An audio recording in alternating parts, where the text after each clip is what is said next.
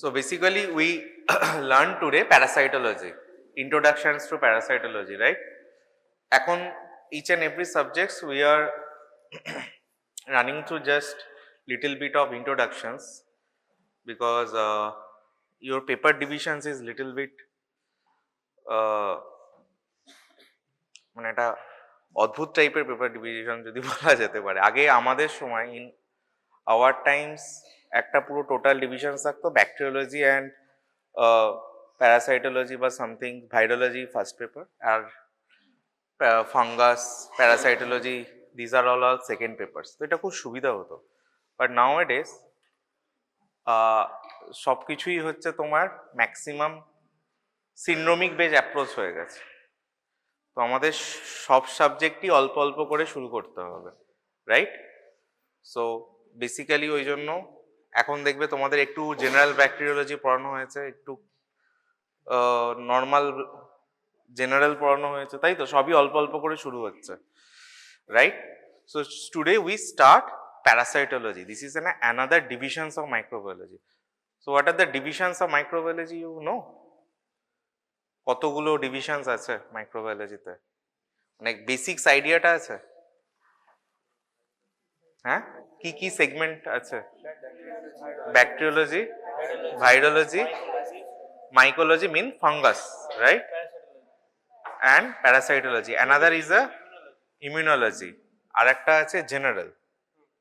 So এতগুলো segment. So এই সেগমেন্টসটা total কিন্তু দিস অল আর সেগমেন্টসটা কিন্তু ফার্স্ট পেপার সেকেন্ড পেপার এরকম ভাবে ভাগ হবে না। ইন আওয়ার টাইমস এইটা কিন্তু ফার্স্ট পেপার এতগুলো ফার্স্ট পেপার ছিল, এতগুলো সেকেন্ড পেপার ছিল। এখন অনেকটা কিন্তু সিন্ড্রোমিক বেস আছে। You got my point? ফলে ওই জন্য সব সাবজেক্টই আমরা অল্প অল্প অল্প করে জানবো। কিছুটা syndromic base approach you have to know. মানে কোনোটা হয়তো নার্ভাস সিস্টেম বেসড, কোনোটা ব্লাড, কোনোটা স্কিন, এই সমস্ত লেসন্স রয়েছে। তো that's why we divide that first paper and second paper. এই ফার্স্ট পেপার আর সেকেন্ড পেপারের ডিভিশনসটা ভালো করে একটু প্রথমে ইউ হ্যাভ টু আন্ডারস্ট্যান্ড, বুঝে নেবে কিভাবে হচ্ছে। কারণ একটু খটোমটো ব্যাপারটা তোমাদের ফার্স্ট ইউ হ্যাভ ফার্স্ট ইয়ারে তো কোনো ক্লিনিক্যালস কিছু ছিল না, তাই তো? ফার্স্ট ইয়ারে ক্লিনিক্স কিছু ছিল সেরকম ভাবে? এখানে কিন্তু আস্তে আস্তে ক্লিনিক্যাল ওরিয়েন্টেড জিনিস তোমরা পেতে শুরু করবে। It's not totally lab based things.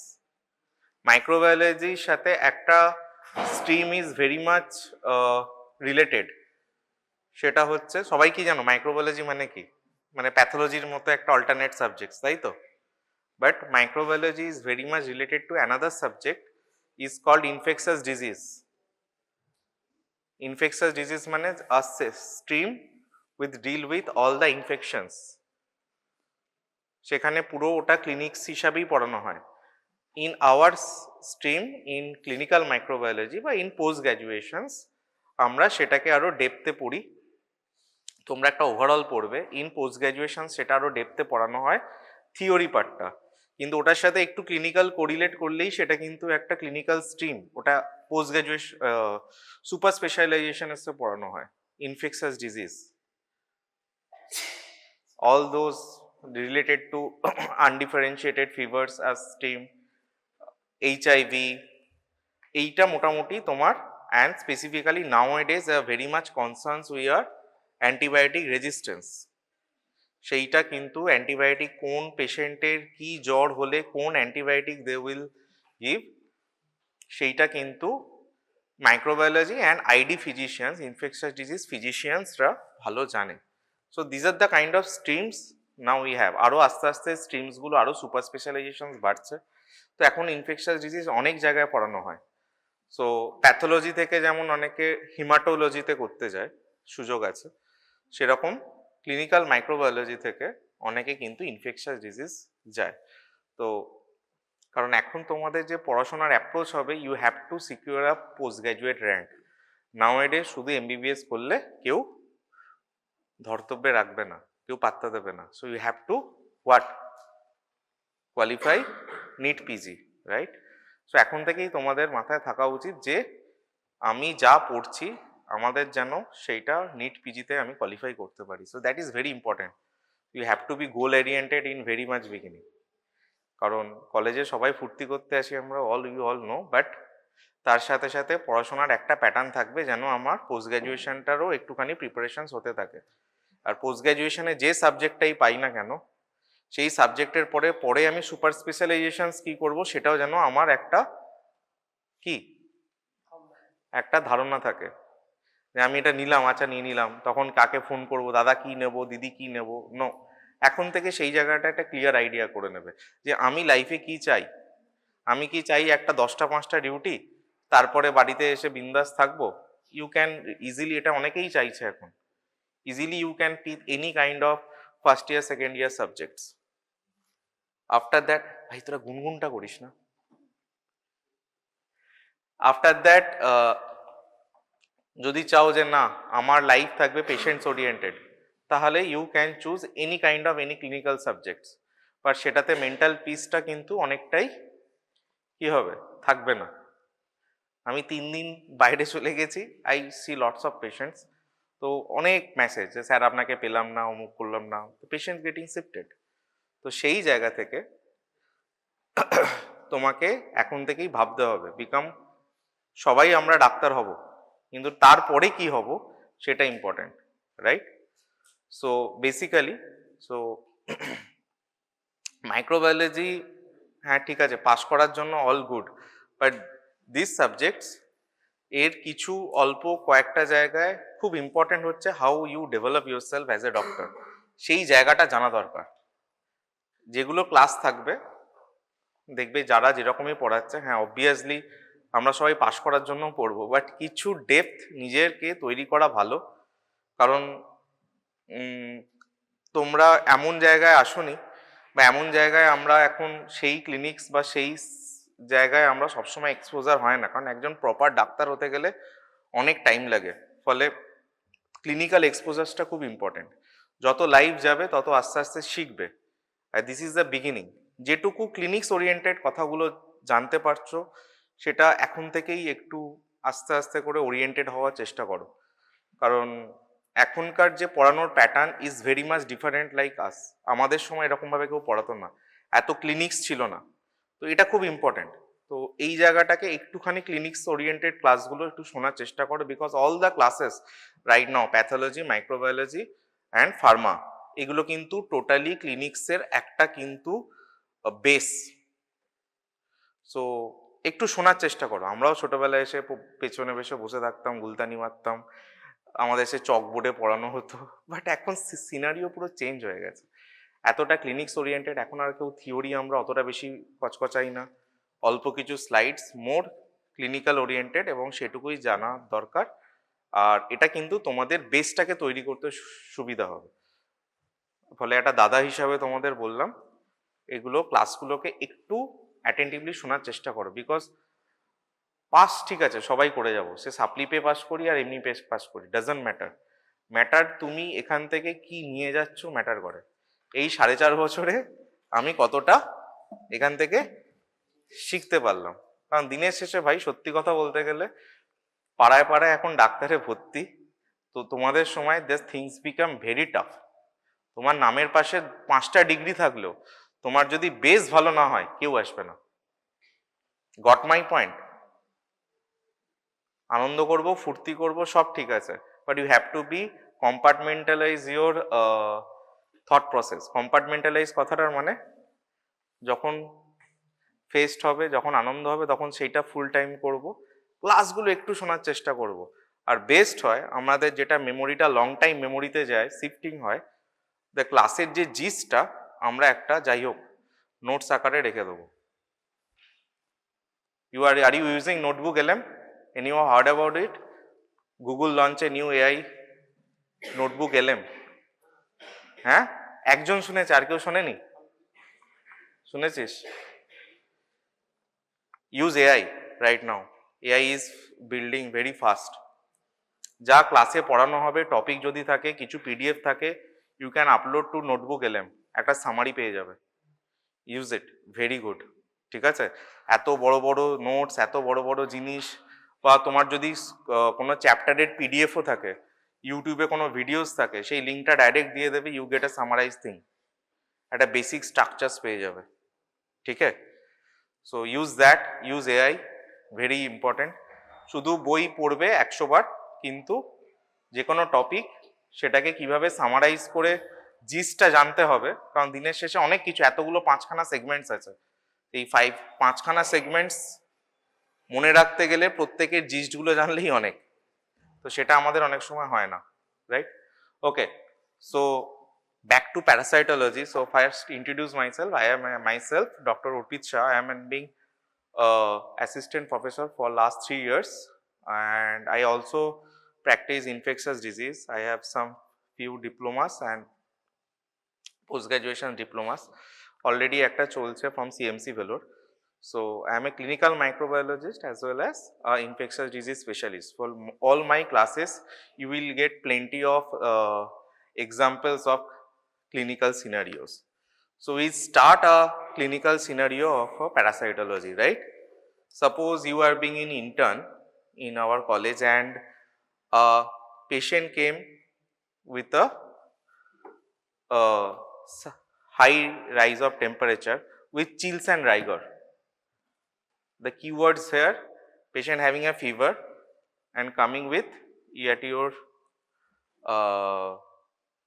IPD at emergency. You are an intern and patient giving a history, sir আমার জ্বর হচ্ছে, কাঁপুনি দিয়ে জ্বর হচ্ছে, chills and rigor and having a sweating, right? So you are the only one. তোমার কোনো ধরো গভর্নমেন্ট একটা সাব ডিভিশনাল হসপিটালে পোস্টেড আছে, কেউ নেই, তুমি কাউকে ফোনও করতে পারবে না, রাত্রি 10টার সময় এসছে, কি করবে? What you do? Any idea?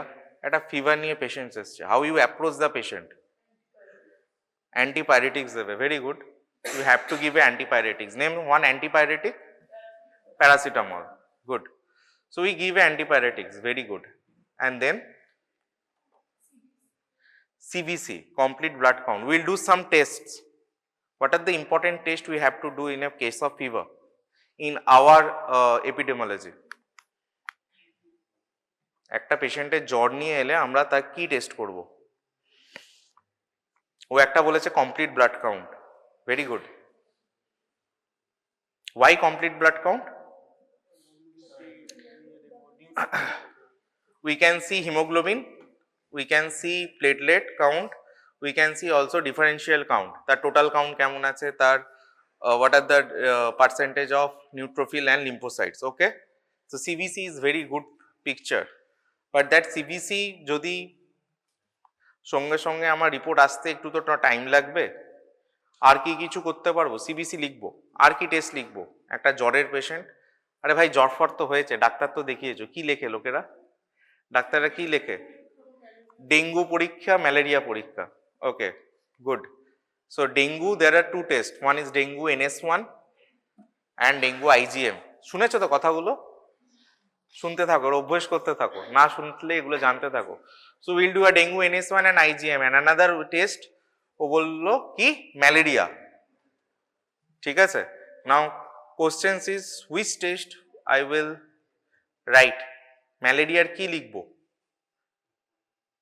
ম্যালেরিয়ার কি টেস্ট লিখবো? Any idea? জাস্ট বলো, ফ্রি, কোনো কিছু জাস্ট যা মনে হচ্ছে বলো, কিন্তু শুনে আছো ম্যালেরিয়ার কি টেস্ট করতে হবে? There are two tests of malaria in routine practice we will do. One is a spot test, রিপোর্টটা আমার 15 মিনিটের মধ্যে হয়ে যাবে। That spot test called point of care test. There is no need of any expertise, there is no need of any technical jugglery, কোনো কিছু সেরকম লাগবে না, এটা রক্ত নেব, একটা ফোঁটা ফেলবো, done. That is called immunochromatography test, and এত সুন্দর তাড়াতাড়ি করে নেওয়া যায়, সেটাকে বলে point of care test, right? So এটা পয়েন্ট অফ কেয়ার টেস্ট করলাম। পয়েন্ট অফ কেয়ার টেস্টে কিনা দাগ আসে, যদি একটা দাগ আসে, ওয়ান দাগ, one line is there, then the control line, it become, I can say it is positive. If two line is there, then I can say okay, fine, তাহলে এটা টেস্টটা পজিটিভ।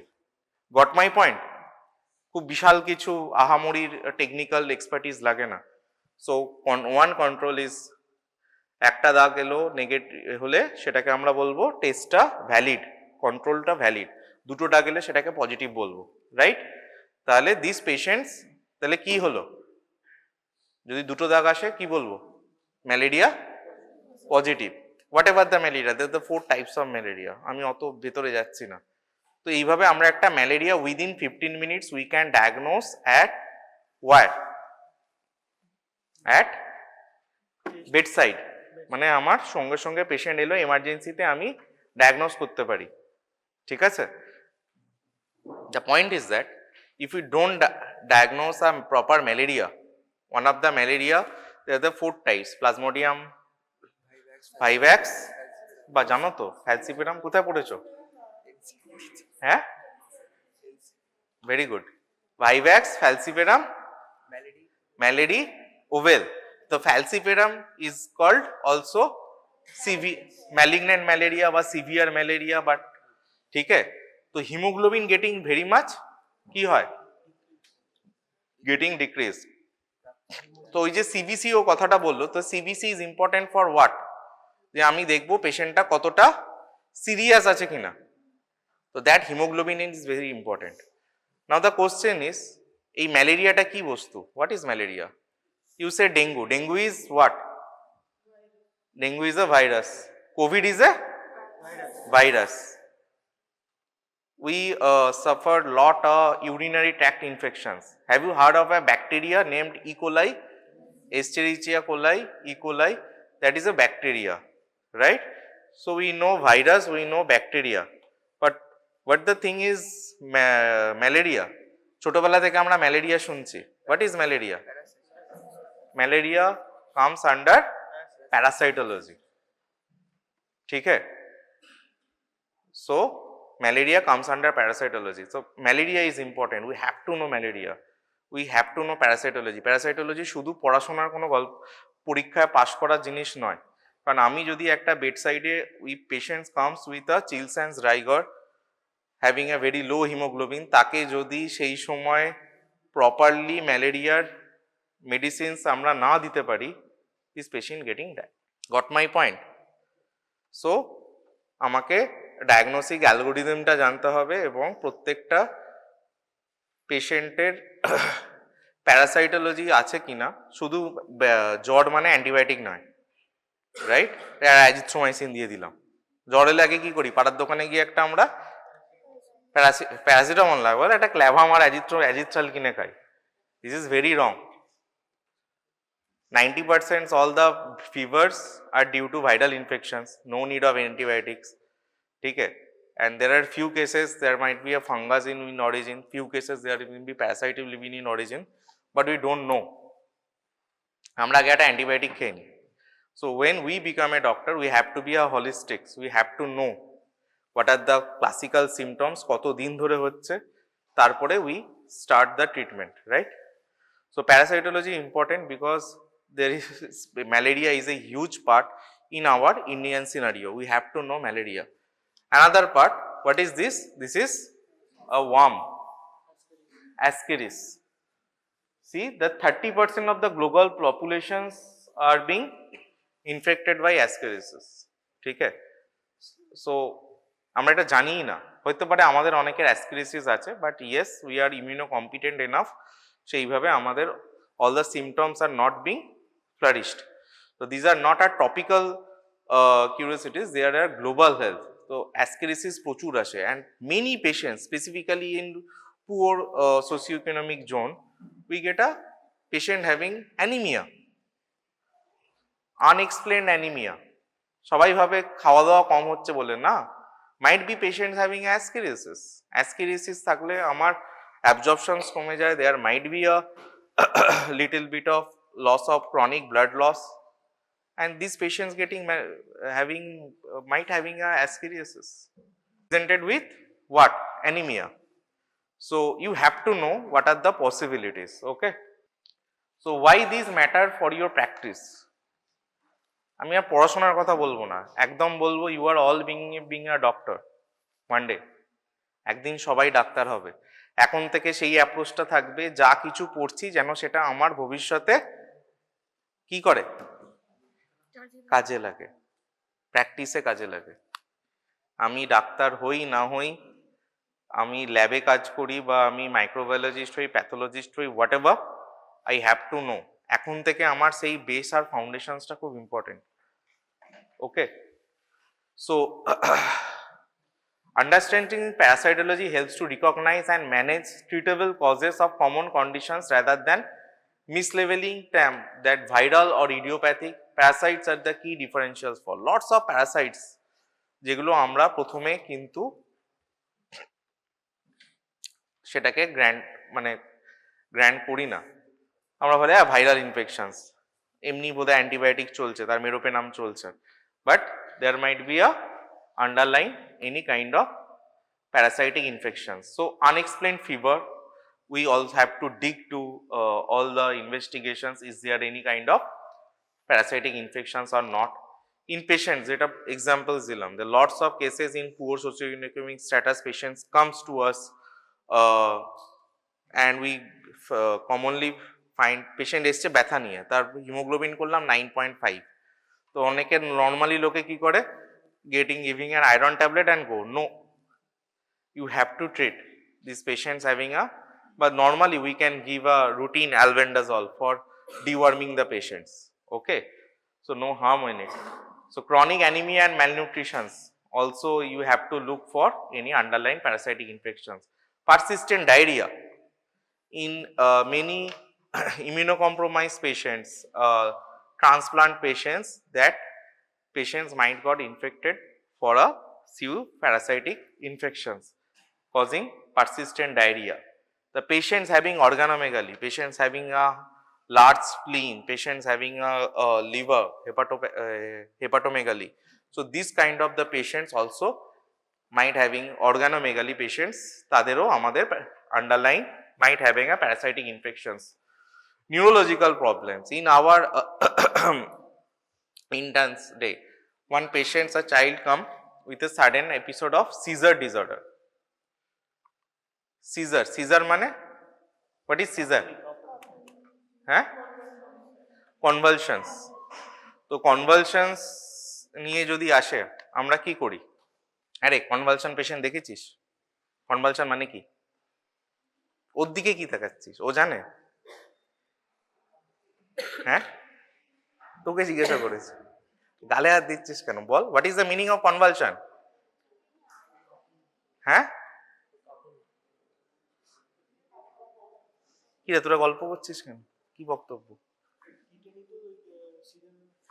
টিটানি আলাদা thing, what is convulsion? Seizures আর কনভালশনের মধ্যে পার্থক্য কি? আমি তো বড় বড় টার্ম বলে চলে যাচ্ছি, সিজার ডিসঅর্ডার, কনভালশন, আর মানেটা তো বুঝতে হবে।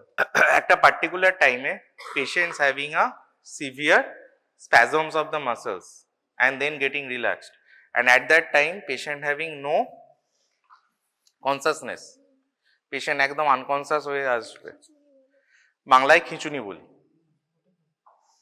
বাট হ্যাঁ, and এটাকে একটা, আর এর সোর্সটা হবে কোথা থেকে, আমাদের brain. there are called some somatoform disorder, সেখানেও পেশেন্ট এরকম করে দাঁতি লেগে যায়, একটা কথা আছে না, আসে, but that is not convulsion. Convulsion and seizure disorder seriously involve something to your brain, ঠিক আছে? So we saw a patient in our intern day, একটা বাচ্চা মেয়ে এসেছিল এরকম খিঁচুনি নিয়ে, তো ম্যাক্সিমাম এই বয়সে ইন 16 to 18 years বাচ্চা মেয়েরা যখন আসে না এরকম খিঁচুনি নিয়ে, তো we all think about it is a somatoform, মানে টেনশনস থেকে হয়, অ্যাংজাইটি, প্যানিক ডিসঅর্ডার, বিকজ এই বয়সটাতে অনেকে এটা করে। But the thing is that when we go through the MRI, there are some গোল্লা গোল্লা lesions in our brain, round cystic lesions, ঠিক আছে? তো টিনিয়া সোলিয়াম বা টিনিয়া স্যাজিনেটা, সেখান থেকে যদি আমরা বিফ বা পর্ক এই মাংসগুলো খাই, কিংবা অনেক সময় আমাদের কোথা থেকে হতে পারে, স্যালাডস থেকে, স্যালাড যদি আমরা প্রপারলি ধুয়ে না খাই, that Taenia solium can enter into our circulations and leave to our brain and make a cyst there. তো সেইটা থেকে আমাদের এই জিনিসটা হতে পারে। So that is call neurocysticercosis, that is also called parasites. So meet the suspects. There are the three main groups. One is protozoa, one is helminths, and another is a arthropods. Okay. So what is protozoa? Is a unicellular organisms multiply within the human host, often cause acute infections. Okay. So this is one of the example is key malaria, plasmodium, and another is a entamoeba histolytica. And next is helminths. It is a multicellular worms, round worms, tapeworms, flukes, usually do not multiply inside humans, cause chronic disease. যেটা আমরা কি দেখলাম, ascariasis. So ascariasis is a what? Roundworm. Ascariasis cause chronic anemia. And tinea is a tapeworm and schistosomia is another kind of fluke. So these are all comes under what? Helminths. And lastly some arthropods. These are the basically vectors. ঠিক আছে? That insects and arachnids acts as a vector transmitting parasites. ঠিক আছে? তো mainly আমাদের protozoa আর হেলমিন্থস এই দুটো classifications of parasitology. নাও যখন parasites এর কথা আসে, so parasites are not can live as its owns. ঠিক আছে? ওর কিছু কাউকে দরকার বেঁচে থাকার জন্য, that is called host. So there are the few terminology you will get commonly here. One is a definitive host, another is a intermediate host, another is a reservoir host. Transport host lage na, but definitive and intermediate is very much commonly used. এই terminology গুলো তোমাদের জানতে হবে। What is definitive host? Where the parasites reproduce sexually and target for vector control. মানে তার sexual সাইকেলটা যেখানে হচ্ছে, কমপ্লিট হচ্ছে, সেই হোস্টটাকে কি বলছি আমরা? Definitive host. Intermediate host were asexual development occurs. যেমন আমরা প্লাজমোডিয়ামের ক্ষেত্রে, ম্যালেরিয়ার ক্ষেত্রে, অ্যানোফিলিস মসকিউটো, যেখানে হচ্ছে সেক্সুয়াল সাইকেলসটা হচ্ছে, ওরা যখন আমাদের রক্ত খাচ্ছে, ওদের কাছে মাইক্রোস্পোরিডিয়াটা শিফট হচ্ছে, ওদের গাটে গিয়ে ওখানে সেক্সুয়াল সাইকেলটা কমপ্লিট হচ্ছে, রাইট? সো ডেফিনিটিভ হোস্টকে in case of malaria is a Anopheles mosquito. And তারপরে আবার ইন্টারমিডিয়েট হোস্টকে যখন আবার এগেন মশা আমাদেরকে বাইট করছে, তাহলে আবার লার্ভা আমাদের কাছে চলে এলো, সেইটা where asexual development occurs is called intermediate host. তো target of treatment and food safety. So these are the main two hosts we have to know. One is a definitive host and another is a intermediate host. So this is a simple life cycle. Ingestions and cyst formations in case of definitive direct life cycle requires only one host to complete the life cycle, যেখানে পুরো sexual and asexual পুরো সাইকেলসটাই তৈরি হয়ে যাচ্ছে। And another life cycle called indirect cycle বা complex cycle, যেখানে হচ্ছে আমার এক্সট্রা এখানে ইনজেকশনস করছে কোনো থার্ড পার্টি, সেখানে হচ্ছে তাদের লার্ভা বা মাসেলসটা তৈরি হচ্ছে, সেটা আবার হিউম্যান ইনজেকশনস করলো, নিয়ে সেখানে আবার সেক্সুয়াল সাইকেলটা হলো ডেফিনিটিভ হোস্ট। যখন দুটো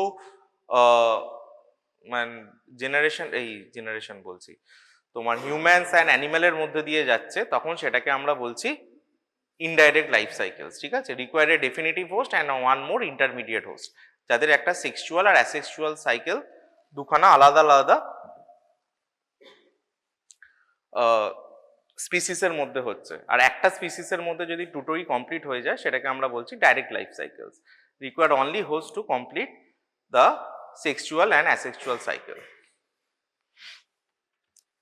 নাও হোস্ট প্যারাসাইটিক ইন্টারাকশনস, আজকে একটা কথা বললাম ফার্স্ট স্লাইডে যে 30% of the world population getting infected by what? Ascariasis.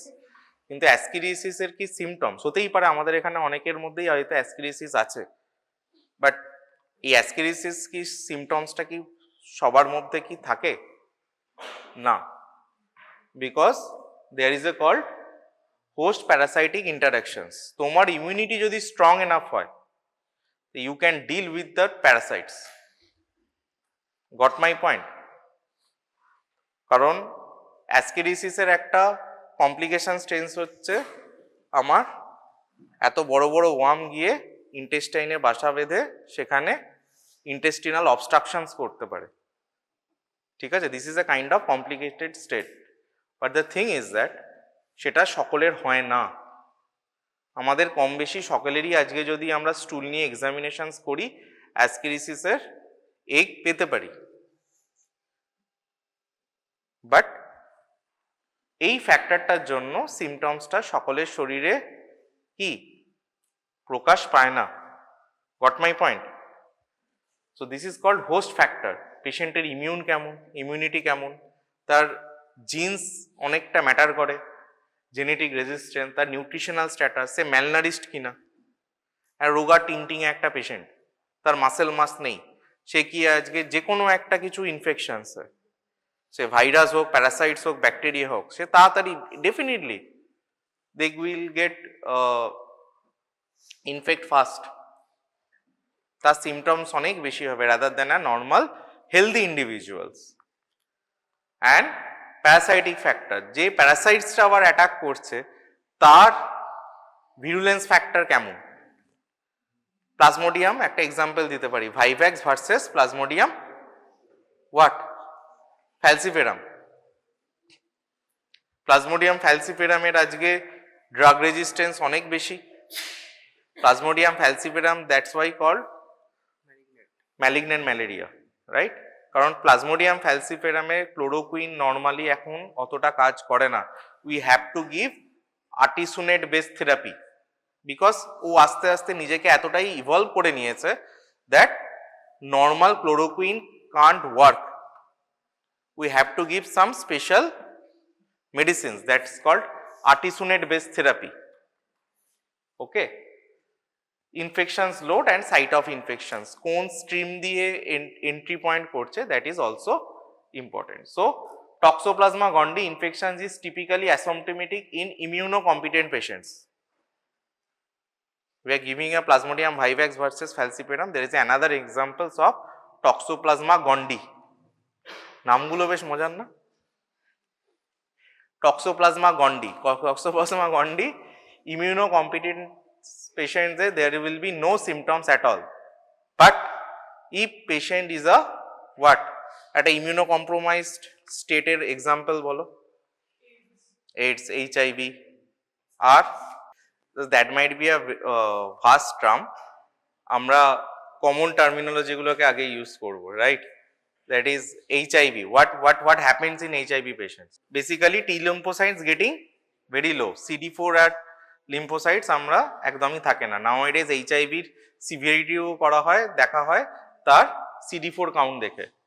Another example, any organ transplant, যখনই আমরা কখনো কোনো কিছু অর্গান ট্রান্সপ্লান্ট করি, যেমন বোন ম্যারো ট্রান্সপ্লান্ট, তার total count have to be 0। Bone marrow transplant যখন করা হয় তার পুরো বোন ম্যারোটাকে মেডিসিনস দিয়ে একদম 0তে নিয়ে আসতে হয়, তাই তার কিছু নেই, তখন টোটাল কাউন্টই 0, তাহলে তার কোনো লিম্ফোসাইটস থাকবে? So that is another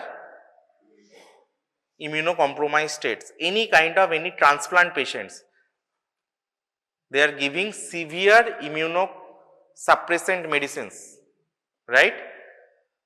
Those patients are normally routinely getting immunosuppression medicines for their diseases like rheumatoid arthritis. You heard about rheumatoid arthritis? Rheumatoid arthritis patients got what? Autoimmunity. তো তার জন্য আমাকে কি করতে হয়? বাইরে থেকে we have to give immunosuppression drugs. তো সেই ড্রাগসটা যখন দিচ্ছি, সে শুধু আমার কি করছে, যে অ্যান্টিবডি যেটা তৈরি হচ্ছে সেটাকে সাপ্রেশন করছে না, আমার ইমিউনিটিটাকেও সাপ্রেস করছে, like methotrexate, like any kind of steroids we have to give, right? So these are the scenario. Immuno suppress state বললে নর্মালি এই তিনটে সিনারিও আমাদের জানলেই হবে, কোনো স্পেশাল ডিজিজের নাম আমাদের না বললেও হবে। This are the three major scenario. কি কি? হোয়াট আর দ্য, কারণ you have to know immunosuppress test, because এই অপরচুনিস্টিক ইনফেকশনস বলে একটা প্যারাসাইটোলজি ফাঙ্গাস সব জায়গায় তোমরা পাবে, that is Toxoplasma gondii. Normally এরা কি করে না, ইনফেকশন করে না, বাট তারা অপরচুনিটি পেলে, what is the opportunity? Immunosuppressive conditions, they infect us. And what are the three conditions, major three conditions? First, HIV. HIV is a virus and condition is AIDS, acquired immunodeficiency syndrome. ছোটবেলায় কুইজে আসতো না? And second is bone marrow, any kind of transplant, bone marrow transplant বা solid organ transplant, whatever. Third is in not immune rheumatoid arthritis, any autoimmune disorder, patient receiving immunosuppressant like steroids, methotrexate, right? Okay, so these are the conditions where this kind of Toxoplasma gondii individuals can cause severe neurological disease in fetus or in immunosuppressed patients. So pathway of invasions, kotha diye parasites ra ashe, right? So these are the common routes, like fecal-oral route, ingestions of the seeds, eggs from contaminated food and water. So parasitology, it's all about mainly if you focus on helminths, they are transmit through what? Transmit through fecal-oral route.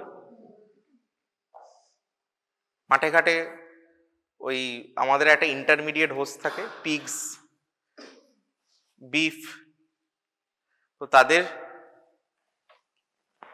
স্টুল সেটা contaminate হয় কোথায়?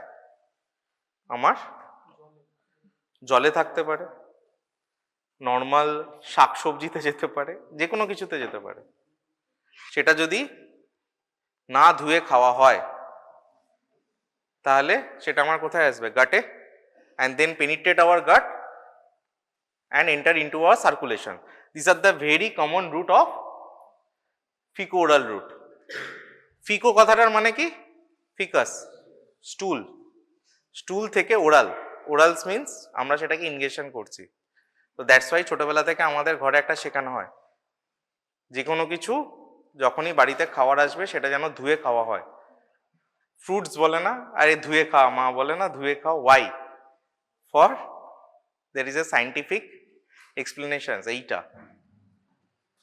শুধু beef pork না খেয়েও tinea solium হতে পারে যদি হালকা ফুলকা এগ আমার শাকসবজিতে মিশে থাকে, এবং that is the most important reason. ফলে স্যালাডস বাইরে যখন খাবে খুব ভেবে চিনতে খাবে।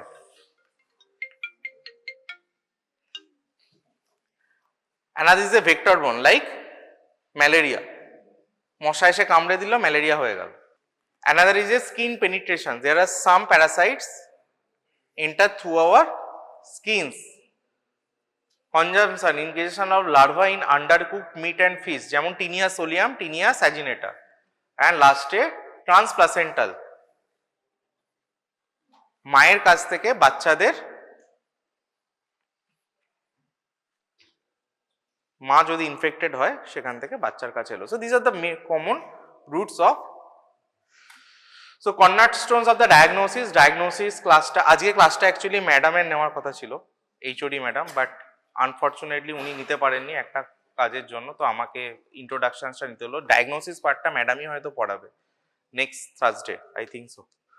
So while antigen detections and molecular test it will be ডিটেলসে বলা হবে, সো এটা নিয়ে আর বেশি কিছু বলছি না। সো ক্লিনিশিয়ানস অ্যাজ এ যখন বিকামিং এ ডক্টর, তো আমাদের কি পয়েন্ট অফ ভিউ থাকবে regarding parasitology. So link common symptoms like fever, anemia and diarrhea back to potential parasitic cause. Treat and manage. Accurate diagnosis allow for targeted and effective treatment for key antiparasitic drugs, like we are giving an example of malaria, like patients coming with a chills and rigor and we have to give a test কি করতে হবে MPDA, malaria parasitic dual antigen, যেটা আমরা we can diagnose malaria within 15 minutes and we have to treat accordingly. যদি plasmodium ফ্যালসিফেরাম থাকে we have to give artesunate based therapy, otherwise সেই পেশেন্টকে বাঁচানো যাবে না।